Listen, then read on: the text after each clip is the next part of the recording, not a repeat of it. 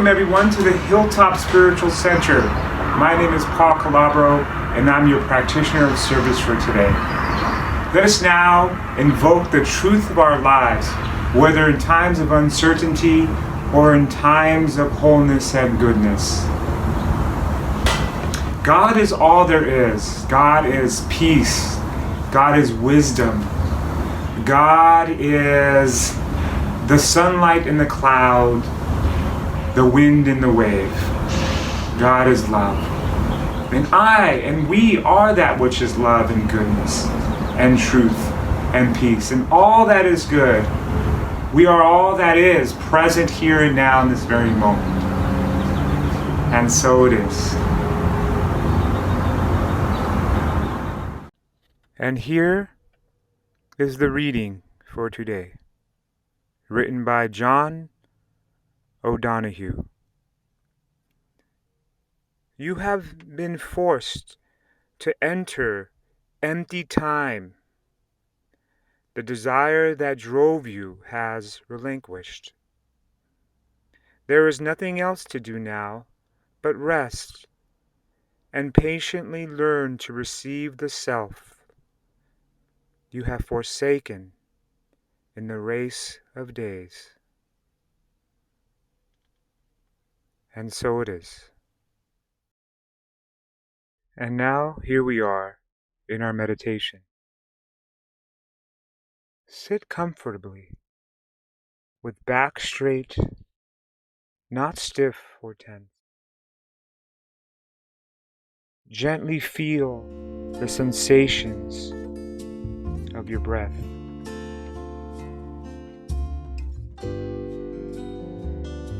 Connect with your breathing, the in-breath and out-breath. Focus on that awareness.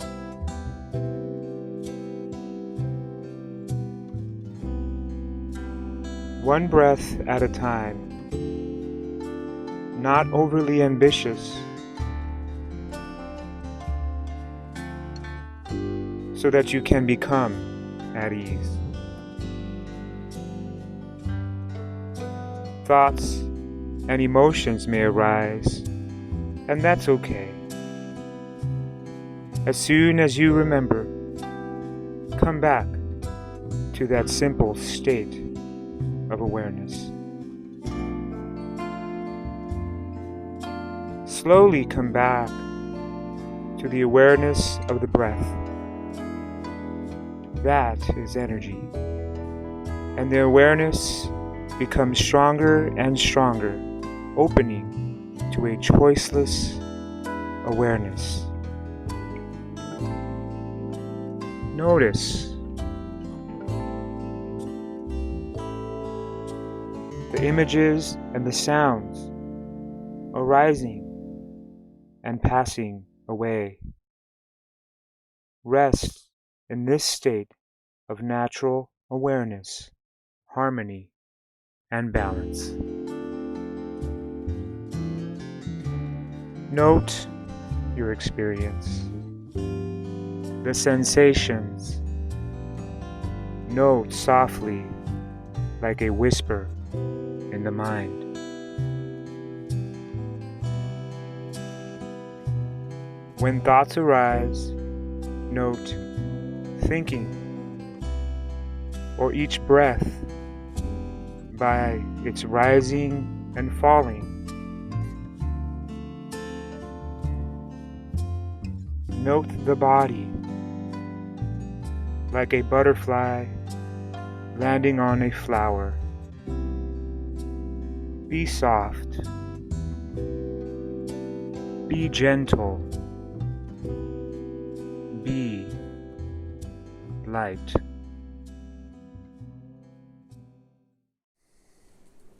Hello, and welcome to our home. So as we're moving into the Earth Day and Ramadan, as Easter and Passover are still rich within the celebrations of people that we may know or our family or traditions that we have come from, something I think that we can all agree on at this point is this. is it doesn't matter what the tradition is. It doesn't matter if it's a great religion like Judaism or Islam or Christianity or Buddhism or Hinduism or Taoism or Shinto or Confucianism or any of them. It doesn't matter if it comes from the festivals and ceremonies of the indigenous cultures. It doesn't matter if it's Wicca. It doesn't matter if it's science. Personally, I don't even think it matters if it's atheism. It doesn't matter, because all paths will lead us to a greater understanding of ourself and our relationship to the cosmos. This is the spiritual path.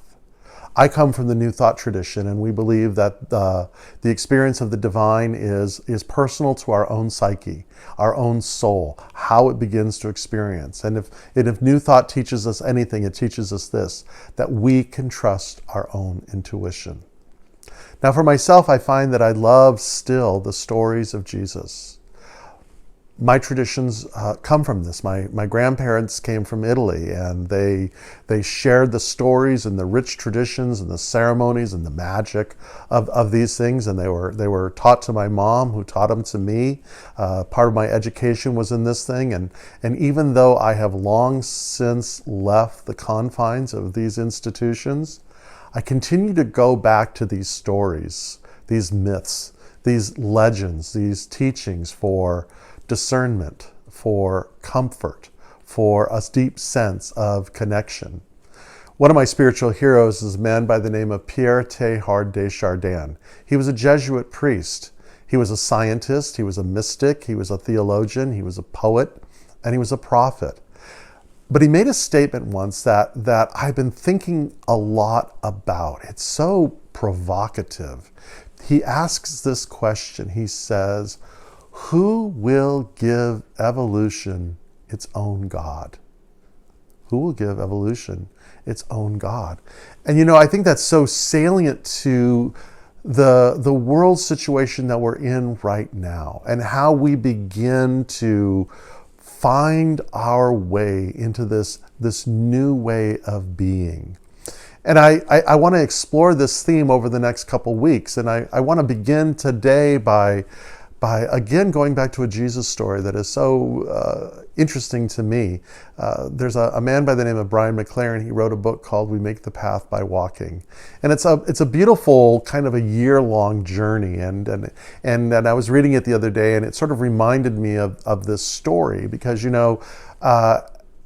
after Jesus had been murdered by the Romans and the collaborators, for several weeks afterwards, his disciples and his friends began having experiences where they felt they were in or experiencing his presence. And they were life-changing. They were filled with courage. They were no longer hiding. They were engaged, and they created a movement that they believe would fulfill what Jesus taught, which was that we can remake the world in a new way. So in the Gospel of John, there's this very interesting episode that happens. And it begins with a group of the disciples hiding. And of course they were hiding because there had been this insurrection. Their leader, their teacher, had been tortured and had been murdered.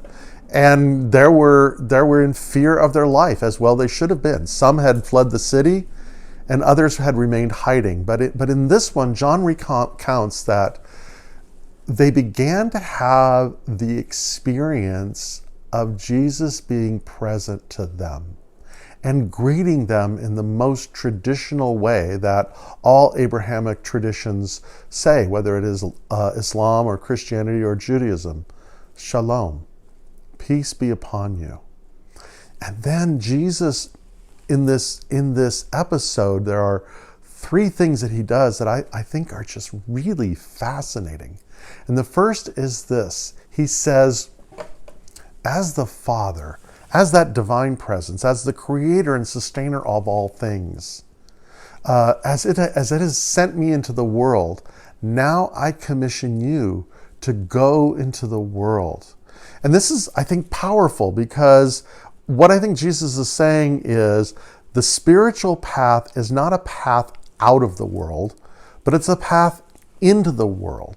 That if we consider ourselves desiring an experience of the divine, we're going to find it here on earth. And that we should be activists, we should be engaged. John is always hearkening back to the book of Genesis because, as I'd said before, the Gospel of John is really a handbook to a mystery school. And in the book of Genesis, what do we hear God saying? Be fruitful and multiply and be good stewards on the earth. And so this is, I think, what Jesus is saying is, leave the room, leave the comfort, leave what seems safe, and get involved. Be active, be engaged, and enjoy it. Be fruitful. Fill yourself with all the joys and delights that this earth has to offer us. To love the world. And the second thing he does is this. It says he breathed upon the apostles and said, receive a Holy Spirit. In Greek, the word is paraclete, or comforter. And again, this goes back to Genesis, right? Because in the creation story, it says that in the beginning, the Spirit of the divine, the creator, the great artificer of the universe, breathes upon the waters of chaos. And there's light, and there's life, and all creation happens. And that presence, that Spirit, that which was there at the very beginning of all things, that brings comfort and healing and discernment and support, is breathed into us, and it's accessible to us in our breath. And don't you find it interesting? I do, that most spiritual traditions understand the relationship to breath and spirit.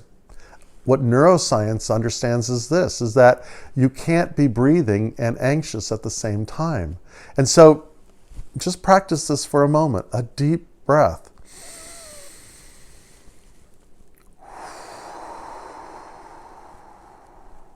Feel how that changes. And so Jesus, and again, in the culture that he comes from, when you breathe upon another, you are imparting your essence. You're giving a blessing. And so Jesus says, get in the world, get engaged in the world. And now you have that same presence that was there at the very beginning of all things, that presence that was within me. That presence is now within you. And then he does to me, that he does not to me, but then he does this thing that I think is just remarkable. He gives them power, but the power that he gives them is the power to forgive. Now think about this. Think about this, that Jesus had been tortured and murdered by a system that did not value his life. It was a system that takes no heed if you are too sick to work. You still work. It's a system that takes no interest in the poor or huddled masses yearning to breathe free. It's a system that's not interested in your homeless, tempest-tossed. It's a system that cares more about mammon than it does human life. It's a system that is more interested in preserving institutions than it is recognizing the individual. And yet, what does he tell his disciples to do? He says, if we're going to build this new world, we're going to do so with the power of forgiveness. Now, again, think about the situation, and what would be your first response? Here your master appears. He appears to be risen from the dead. You are now filled with courage. You are now looking and you realize that you've got something over this system. This system can't harm you. This system can do nothing to you. And yet what Jesus is saying is, don't play its game. Don't engage in vengeance. Don't engage in dominance. Don't be like the system that bruised and wounded and frightened you. Let's do this in a new way.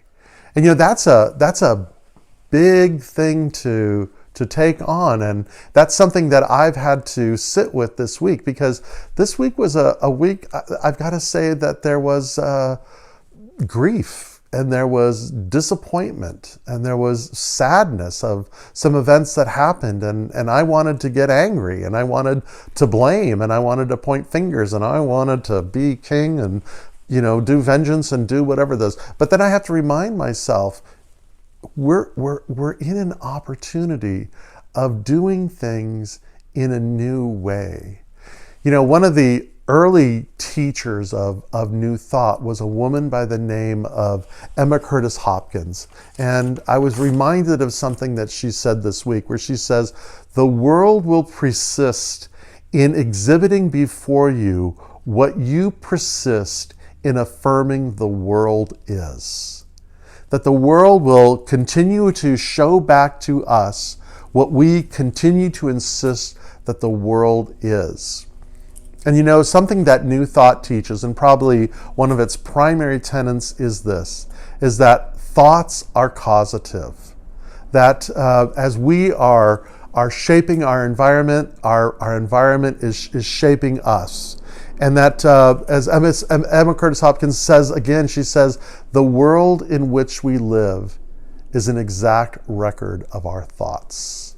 The world in which we live is an exact record of our thoughts. So how we think about things is how we are creating things. And maybe now it's time to look at this from a different perspective. And my teacher used to say this. She's, whenever I would get angry or upset about something, or somebody, usually was the case, her answer, her question was this, "Guy, who's the more evolved one here?" So what is the behavior that is appropriate in bringing all things together?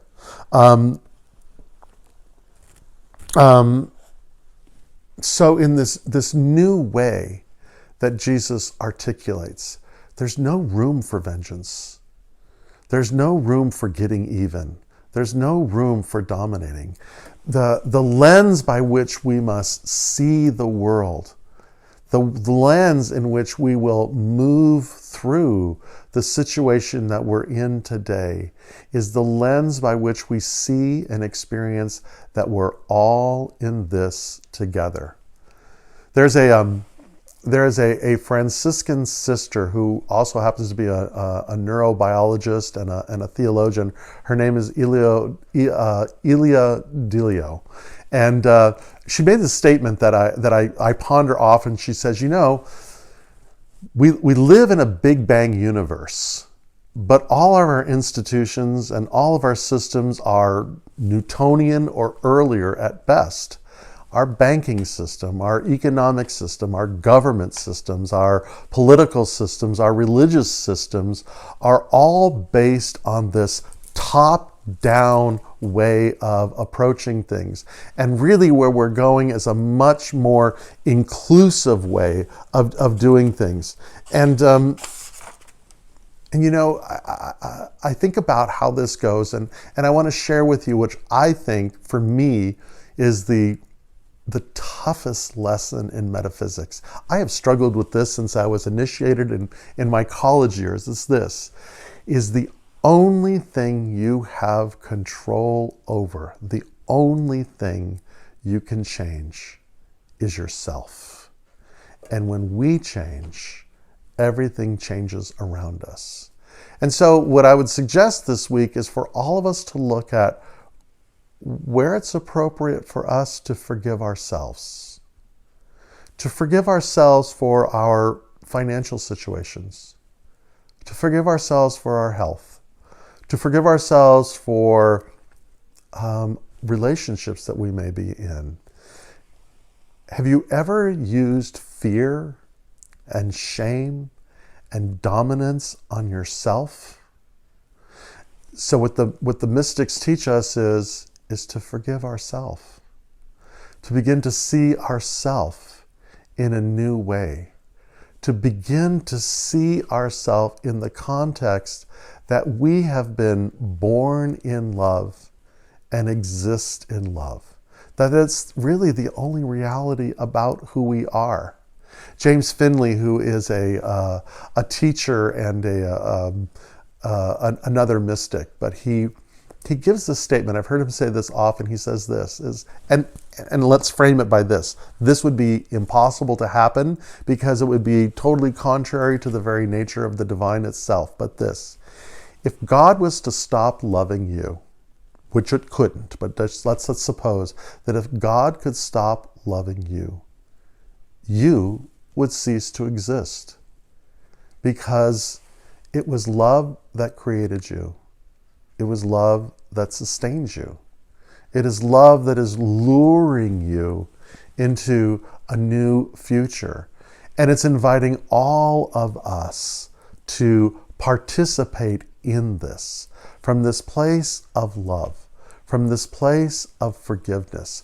You know, it's interesting to me that the evolutionary path seems to correlate exactly to the spiritual path, where there is order and disorder and reorder. And we are certainly in disorder. And maybe in our own personal lives, we begin to reorder ourselves with these three remarkable tenets from this great teacher, to reorder our life by not withdrawing from the world, but engaging in the world.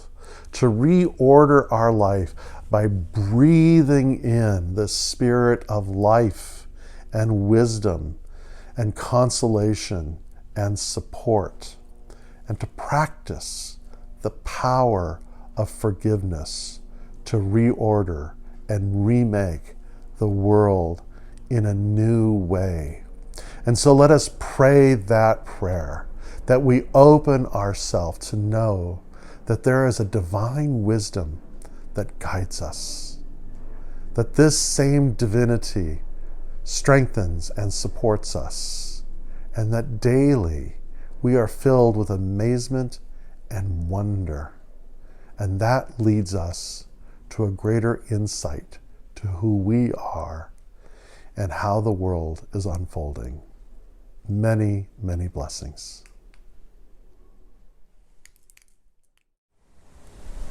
Thank you once again for joining our Sunday celebration, no matter what day of the week it is that you're watching it. I want to thank Paul Calabro, who is our practitioner today. And please know, if you'd like to reach out to him or any of the other practitioners for prayer support, their contact information is available on the website. I'd like to thank all the people that are helping make this, particularly Michelle and Diana, who are keeping our center running and thriving during these times. I'd like to thank Spirit Hill for their opening song, and I'd especially like to thank Lee Culture for sharing the gift of his music. What a glorious day on the planet I love. If you like his music, and I'm sure that you will, please support him by purchasing his music. You can find links to his albums that are on iTunes on our website. And again, thank you for your continual and generous support to our community. We couldn't make this without you. Our vision really is now a spiritual community that is not limited by walls, but is opening itself to the world. Your support is helping this make it happen. And again, I encourage you to like us on Facebook, to subscribe to our YouTube channel, where you will find lots of spiritual tools, poetry, meditations, yoga classes, music videos. All this is our gift to you on our website. I look forward to seeing you next week. Many, many blessings to you, your family, and those whom you give and receive love from. Have a wonderful day. Namaste.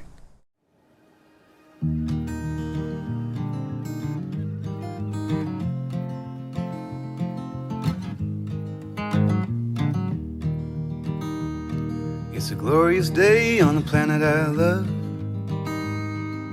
Let me tell you what I'm thinking of, 'cause I've been wondering why it was, but it's just life doing what it does. We keep trying to mess it up, they keep trying to bring us down. So I'm just gonna smile at everything around, 'cause I've got earth beneath my feet and the sky above. It's a glorious day on the planet I love.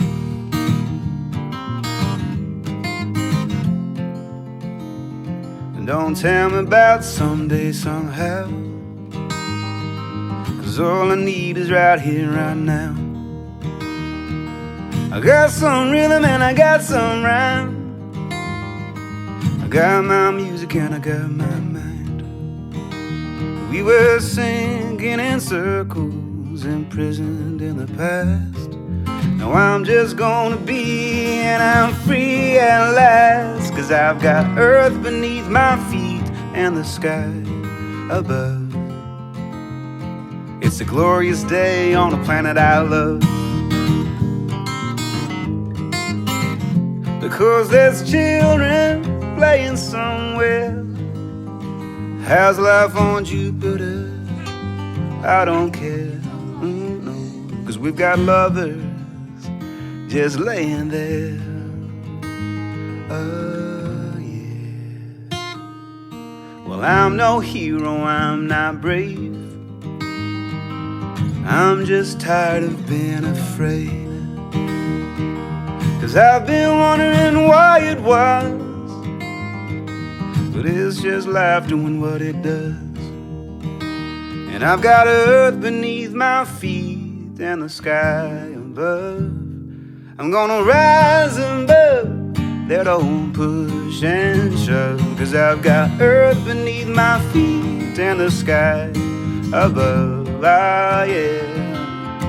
It's a glorious day on the planet I love. Whoa, oh, oh, it's a glorious day now. Oh, oh, oh, it's a glorious day. Yeah. Oh, oh, oh, it's a glorious day. A glorious day on the planet I love. A glorious day on the planet I love. A glorious day on the planet I love.